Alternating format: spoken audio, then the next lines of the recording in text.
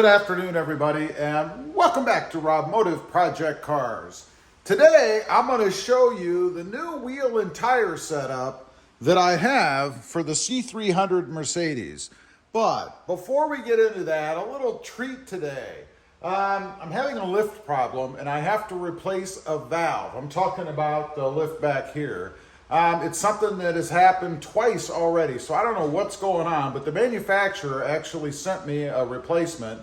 I shouldn't say they sent it to me. I had to buy it. About 136 bucks, I think it was, for this valve thing that I have to put in. Now, I'm going to show you that real quick, just something a little different before we get to the setup on the Mercedes. What it is, it's a valve that's going to go right here. So we have to lower the lift and remove this and put a new one in. Now, the problem is that it doesn't hold pressure. When I put the lift up, if I don't bring it down to where the holders or brakes, whatever you want to call it is, the lift will continue to sink. It should not do that. That valve should close and it should hold pressure. Doesn't make me feel very safe being underneath the lift that can just drop. And will it get to the point where it just drops? I don't know. We're never going to find out because I'm going to go ahead and replace this now.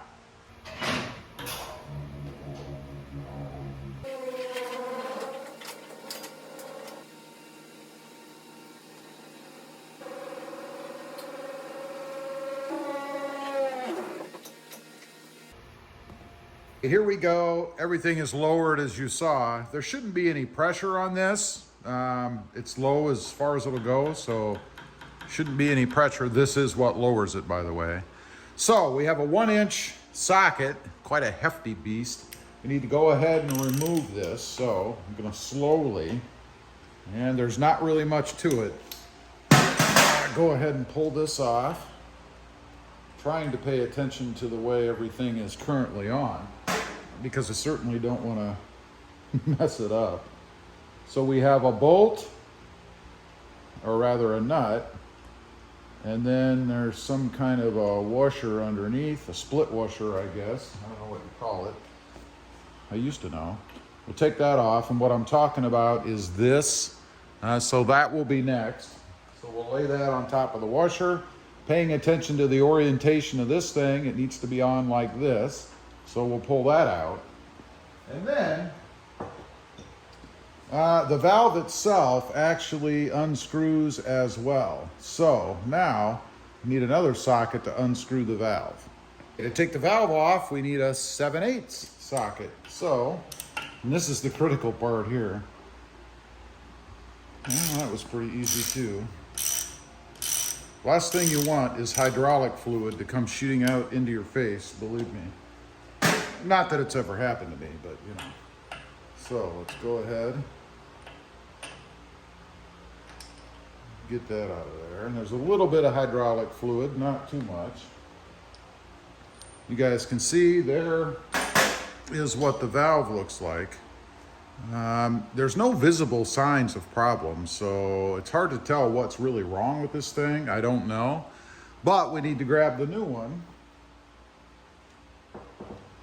which I happen to have sitting right over here.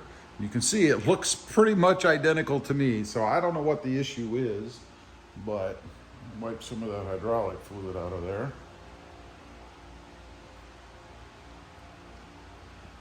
And then all you have to do is go ahead and put the new one in, hopefully, and then tighten it back down. All right, got it all back together. You guys can see it works just fine.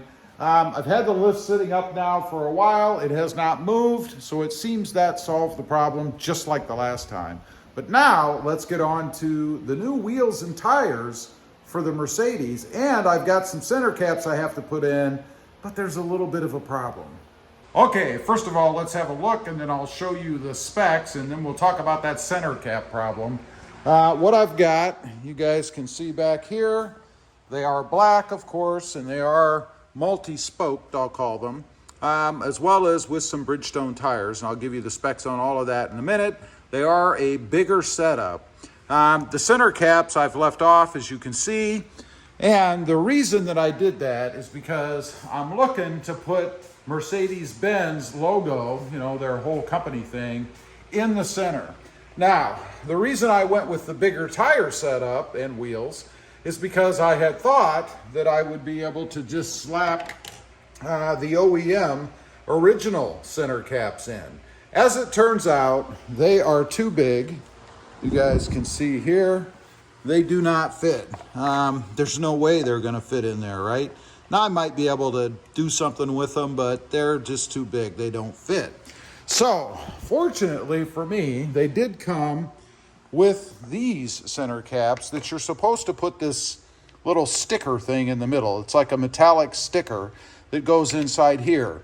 I wasn't looking to do that because I don't want those on. I want this. So I found a company that will make these for me, just like these.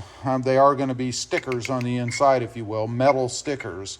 Problem is, they are overseas and the lead time is very long. Could be into January before I actually get these. So I can't wait any longer. I'm going to go ahead and put the center caps in.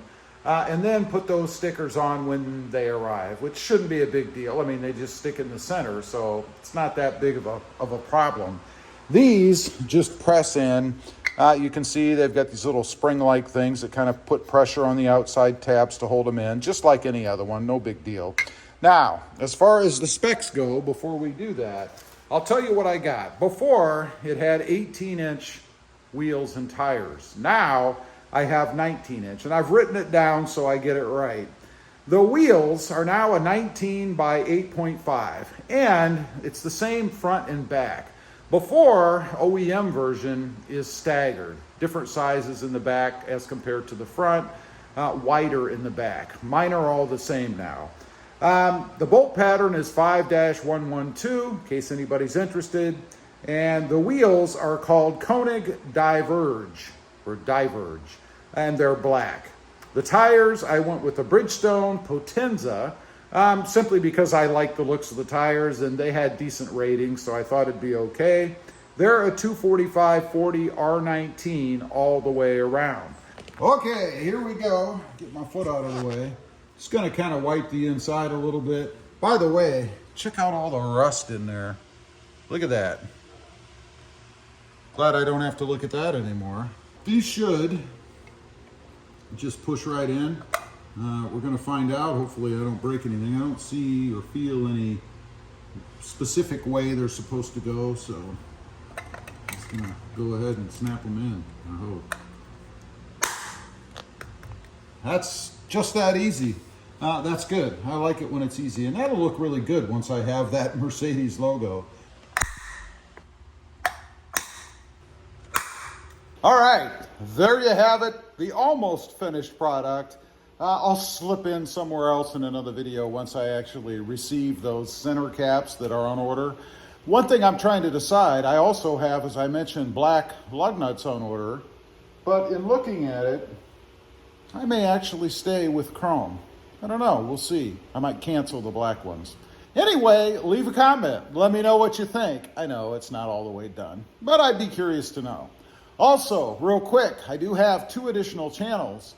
Rob Motive, all about the Toyota Tacoma, and Rob Motive JT, all about the Jeep Gladiator. Check them out, and if you're interested, why not subscribe? And while you're at it, smash the subscribe button here too. Thanks for watching. Stay safe out there. Bye.